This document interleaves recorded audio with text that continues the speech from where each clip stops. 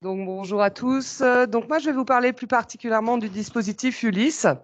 Alors, déjà, c'est un dispositif qui accueille des élèves qui sont reconnus en situation de handicap, qui sont reconnus par la maison départementale des handicapés et qui, donc, ont une notification Ulysse.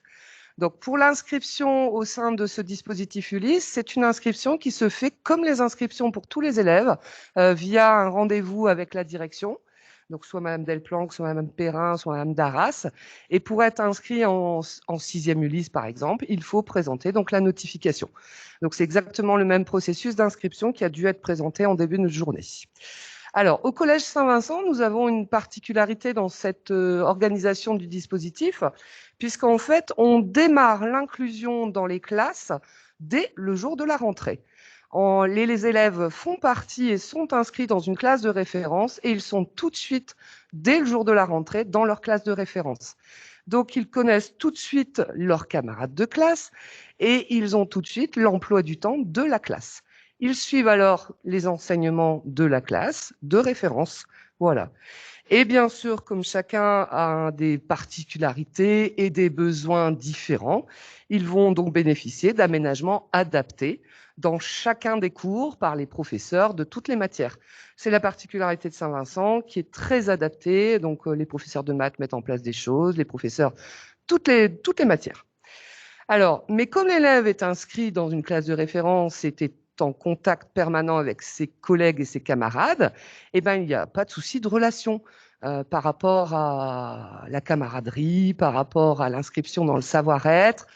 Tous les soucis qui vont être générés par ces interactions entre eux vont être gérés pour les élèves de l'ULIS par le professeur principal de la classe en premier, ensuite par la direction si besoin, et bien sûr aussi par nous deux, donc Monsieur Le Sage et moi-même, donc Madame Damerval. Voilà, donc ça sera très très bien. Alors, au niveau des aménagements qui sont mis en place pour les élèves spécifiquement du LIS, il va y avoir, entre autres, une AESH collective, donc une personne qui va suivre les élèves dans leur classe.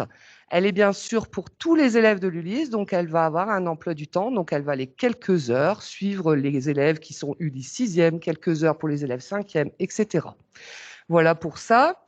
Ensuite, on va bien sûr avoir des temps dans le dispositif Ulysse, c'est-à-dire dans l'espace Ulysse. Alors, ces moments sont organisés dans des espaces, dans l'emploi du temps quand ils n'ont pas d'autres cours. Donc, ça peut être le matin, ça peut être le soir, ça peut être dans l'après-midi, mais c'est vraiment sur des moments où ils n'ont pas cours. Voilà. Quand ils viennent dans le dispositif Ulysse, on va faire de la remédiation. Ça, c'est la première chose qu'on fait. On va revoir avec eux ce qu'ils ont vu en cours avec les élèves et avec les professeurs.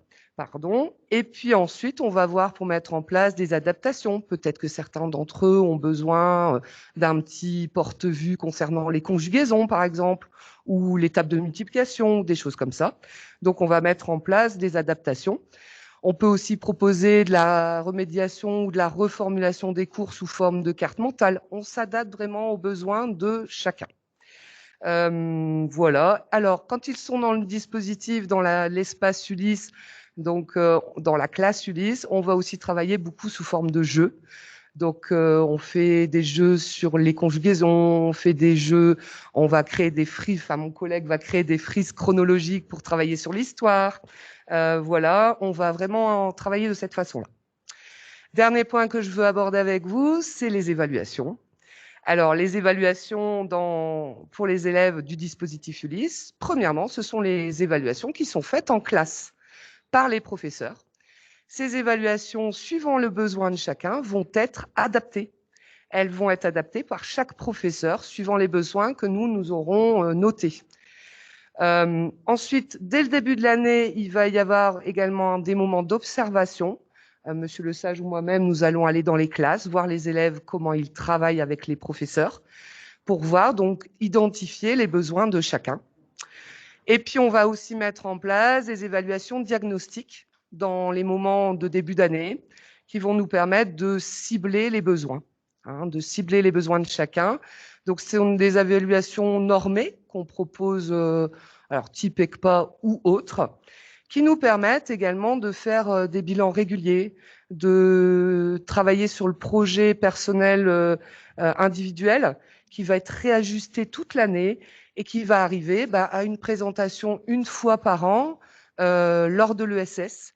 Hein, donc les ESS et les équipes de suivi de scolarisation. Ces ESS, elles ont lieu une fois par an au minimum pour chaque élève notifié Ulysse.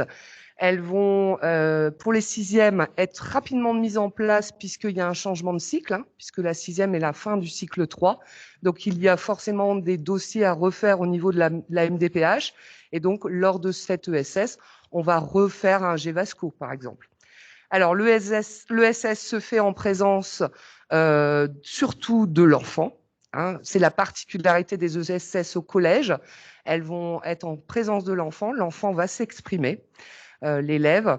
Il va y avoir bien sûr les parents, l'enseignante référente qui actuellement est Madame Le Gagneur pour le secteur, d'un membre de la direction, donc Madame Delplanque, Madame Darras ou Madame Perrin, également un de nous deux ou les deux, ça dépend des fois, et puis parfois également le professeur principal quand c'est possible.